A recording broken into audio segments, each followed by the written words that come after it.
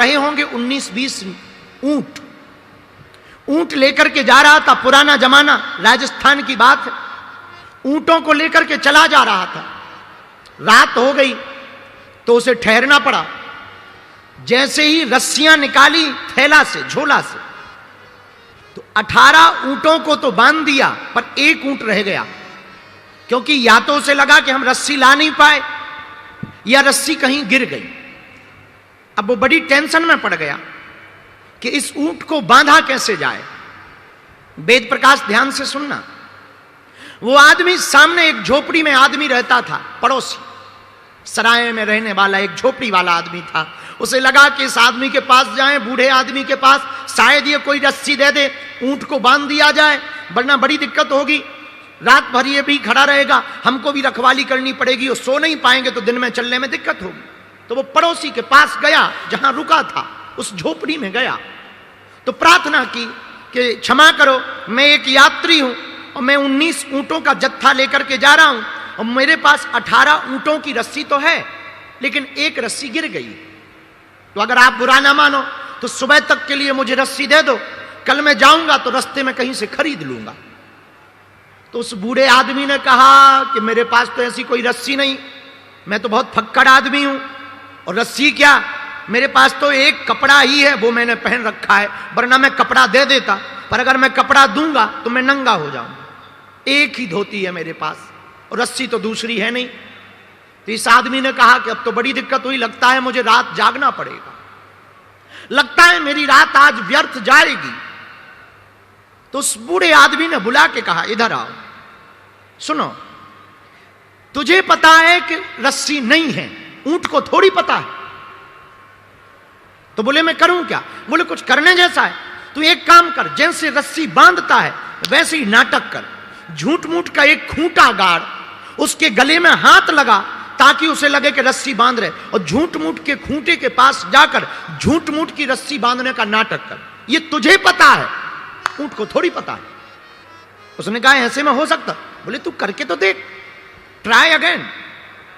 वो आदमी आया वापस, उसने वही काम किया, झूठ मूठ का खूंटा गाड़ा, झूठ मूठ की गले में हाथ लगाया, रस्सी जैसे बांधने का नाटक किया, और उसने जैसे ही रस्सी से खूंटा में बांधा और दबकार करके ऊंट को कहा कि बैठ जा, ऊंट बैठ गया।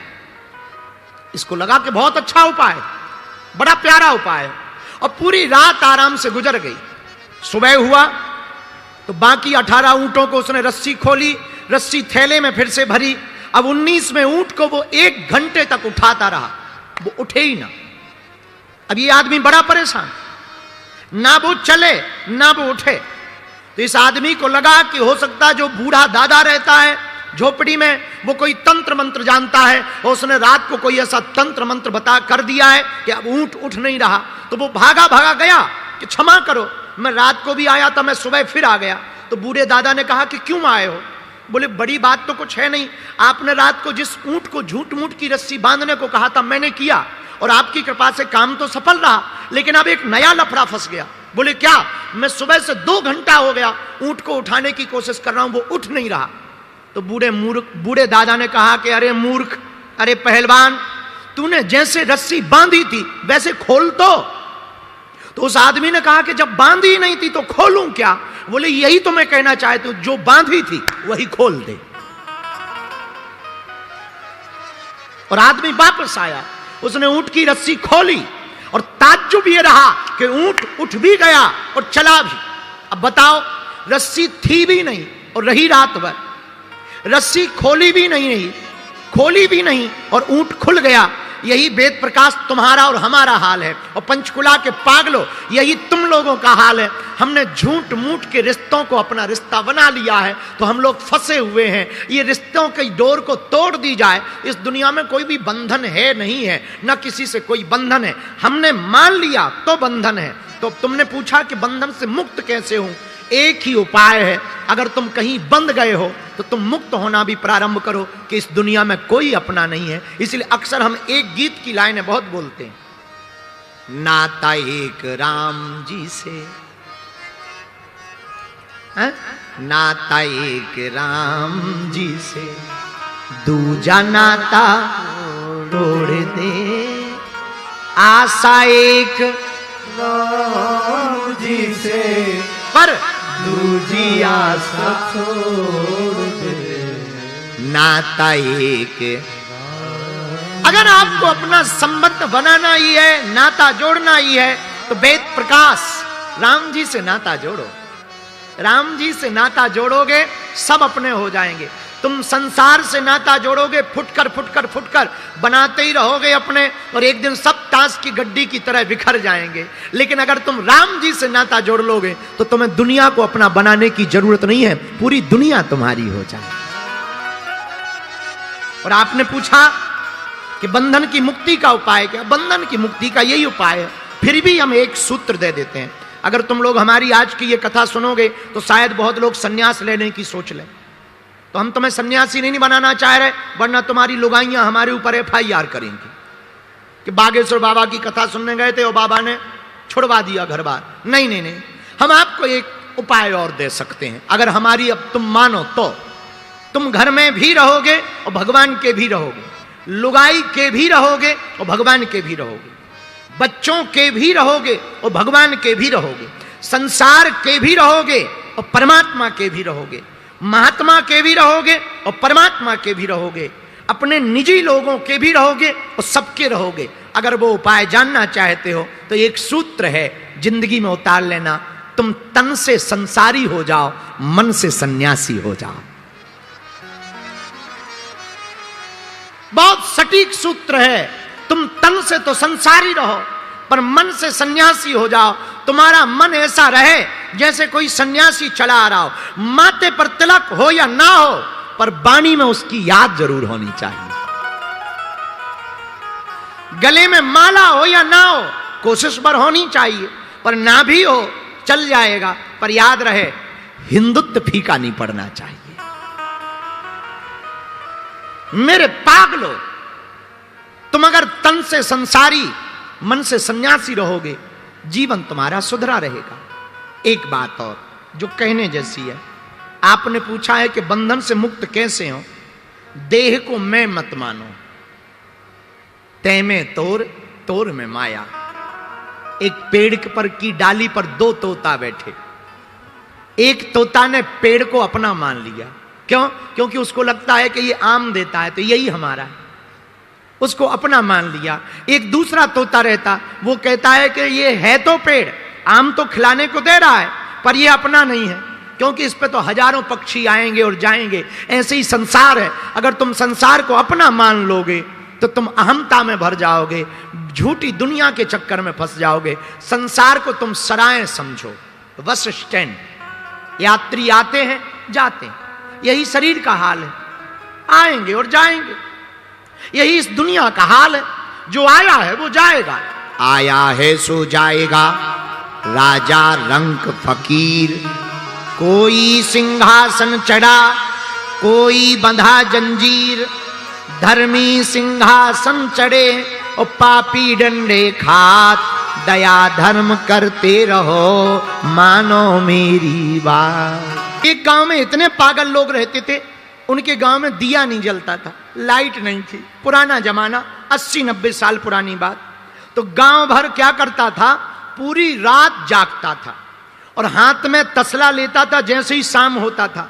और लोग पूछते थे एक दूसरे से, क्या कर रहे? बोले चलो अंधेरे को ढोएं, मकान में जाएं, तसले में ऐसे ऐसे भरें और बाहर फेंकें, फिर भरें, फिर पूरी रात यही करते थे। और सुबह आते ही जैसे ही सूर्योदय होता था, अरे भैया भग गया भग गया भग गया, फेंक दिया फेंक दिया फेंक दिया। ठटरी के बरे क्या हलवा फेंका?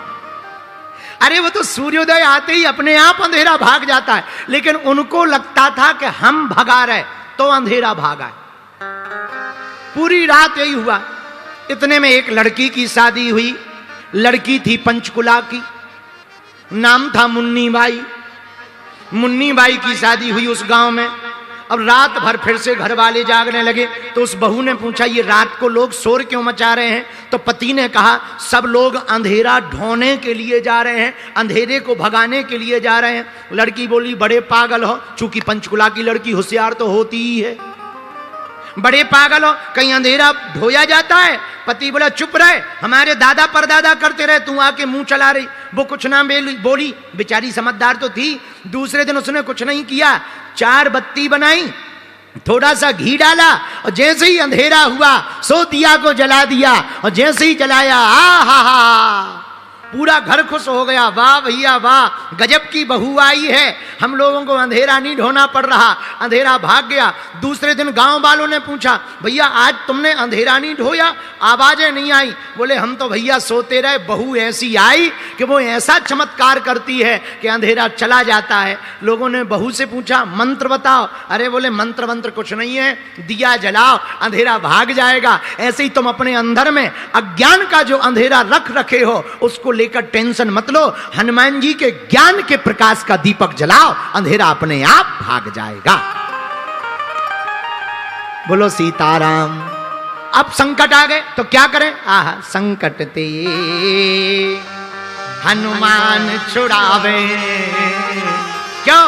मन क्रम वचन ध्यान जो हनुमान जी का भजन करेगा, हनुमान जी की भक्ति करेगा, उसके संकट कट जाएंगे। बोलो सीताराम। जोर से बोलो, और जोर से बोलो। तो संकट काटने के लिए, संकटों को मिटाने के लिए हनुमान जी देखो क्या है। हमें एक भजन याद आ गया, तुम्हें जल्दी तो नहीं है, हमें भी नहीं है, हम तो फ्री हैं। किसी ने कहा मरना क्यों चाहते? अरे जिन नेत्रों से रघुनाथ जी को ना देख पाए वो शरीर तो छोड़ देना चाहिए, जीने से क्या फायदा। और कितनी अद्भुत बात है, जिस व्यक्ति के जीवन में भक्ति ना हो उसका जीवन किसी काम का है क्या? ऐसे समझो, नदी हो पर नदी में पानी ना हो तो क्या नदी किसी काम की है? बोलो हाँ या ना। अरे बोलो। अच्छा, कोई व्यक्ति या स्त्री बहुत सुंदर हो लेकिन नाक कटी हो, किसी काम की है? बोलो हाँ या ना। अच्छा, तीसरी बात, मिठाई हो पर मीठी ना हो, मिठास ना हो तो क्या उसे मिठाई कहोगे? बोलो हाँ या ना। अच्छा, चौथी बात, रात हो लेकिन अंधेरा हो ना तो क्या उसे रात कहोगे? हाँ या ना। नहीं। विद्यालय हो पर विद्या ना पढ़ाई जाती हो तो क्या विद्यालय कहोगे? भोजनालय हो पर भोजन ना बनता हो तो क्या उसे भोजनालय कहोगे? मंदिर हो पर मूर्ति ना हो तो क्या प्रणाम करोगे? नहीं। उसी प्रकार इंसान हो लेकिन इंसानियत ना हो तो क्या इंसान कहोगे? नहीं। उसी प्रकार इंसानियत हो पर भगवान की भक्ति ना हो तो क्या उसे इंसान कहोगे? नहीं। जैसे पानी के बिना नदी का महत्व नहीं, शंख के बिना आरती का महत्व नहीं, पुरुष के बिना स्त्री का और स्त्री के बिना पुरुष का महत्व नहीं, पुत्र के बिना मकान का महत्व नहीं, गुरु के बिना शिष्य का महत्व नहीं, भगवान के बिना भक्त का कोई महत्व नहीं, उसी प्रकार भक्ति के बिना जीवन का कोई महत्व नहीं है? भक्ति नहीं तो जीवन किस काम का? भक्ति जीवन में नहीं आवे प्रिय श्रोताओ तो जीवन मिलना ना मिलना। अच्छा, तुम क्या इसीलिए पैदा हुए हो कि जन्म लिया, बड़े भय, पढ़े बड़े और पढ़े, पढ़ने गए, बीए की, नौकरी की, लुगाई मिली, बच्चे भय और मर गए? क्या इसीलिए तुम्हारा जन्म हुआ? ना ना ना, केवल इसलिए जन्म नहीं हुआ। बोले फिर किस लिए जन्म हुआ? संत कहते हैं मेरे पागलो, भगवान ने जन्म तो भगवान को पाने के लिए जन्म दिया है। जीते जी भगवान को जान जाओ, जीते जी भगवान को पा जाओ। अब तुम लोगों ने वृथा जीवन बहुत खो दिया भैया, बहुत समय गवा दिया। रात गवाई सोए कर, दिवस गवाया खाए, हीरा जन्म अनमोल था कौड़ी बदले जाए।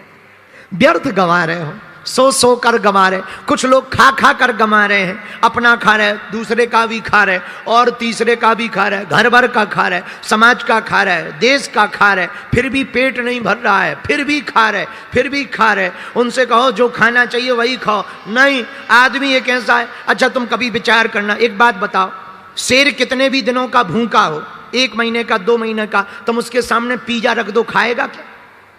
बोलो। हाँ या ना? अच्छा, गाय कितने भी दिन की भूखी हो, मांस रख दो, क्या खाएगी? बोलो बोलो। नहीं। शेर पिज़्ज़ा नहीं खाता, गाय गंदा भोजन नहीं खा सकती, और आदमी कुछ भी धर दो सब खा जाता है। एक आदमी ऐसा है, कुछ भी धर दो सब खा जाता है, और ज्यादा समझाओगे तुम्हारा भेजा खा जाएगा। हाँ, ज्यादा उसे ज्ञान दोगे तुम्हारा भेजा खा जाएगा। आदमी बहुत विचित्र है। इसलिए हम एक प्रार्थना तुम लोगों से करना चाहते हैं। आज हम एक बात पढ़ रहे थे, है तो थोड़ी सी कड़वी, पर बुरी लगे तो लगने दो। हमें क्या करना है? आजकल सांप बेरोजगार हो गए, सांप बेरोजगार हो गए। तो हमने सांपों से पूछा, पंचकुला का ही था हम, हाँ, सांप तो पंचकुला में ही पाए जाते हैं।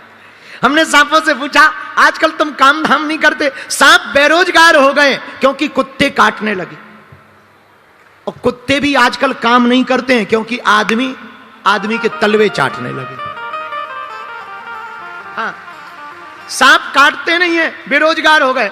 हमने पूछा क्यों नहीं काटते? बोले आदमी ही इतना आदमी को काट रहा है कि हमारे जहर की जरूरत ही नहीं।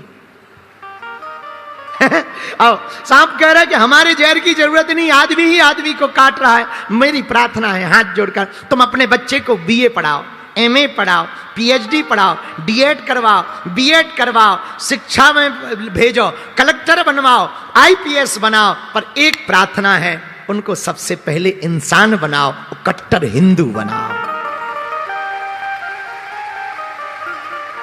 भैया, तुम्हारी बेटी या बेटा पढ़ लिख कर बड़ा हो गया, लेकिन अगर वो इंसान नहीं बन पाया तो उसकी पढ़ाई लिखाई नौकरी किसी काम की नहीं है। तुम्हारी बेटी या बेटा तुम्हें छोड़कर चले जाएं, उसे संस्कार ना दे पाए कि तुम्हारे साथ रहें, उसकी पढ़ाई और तुम्हारी मेहनत किसी काम की नहीं है। तुम अपने बच्चों को खूब पढ़ाओ, पर उनको संस्कार देना मत भूलो, ताकि बच्चे बड़े होकर के हिंदू नहीं कट्टर हिंदू हो जाएं। और तुम्हारी बेटी या बेटा, कई देश के घर बर्बाद हो रहे हैं, बुरा मत मानना, इस देश के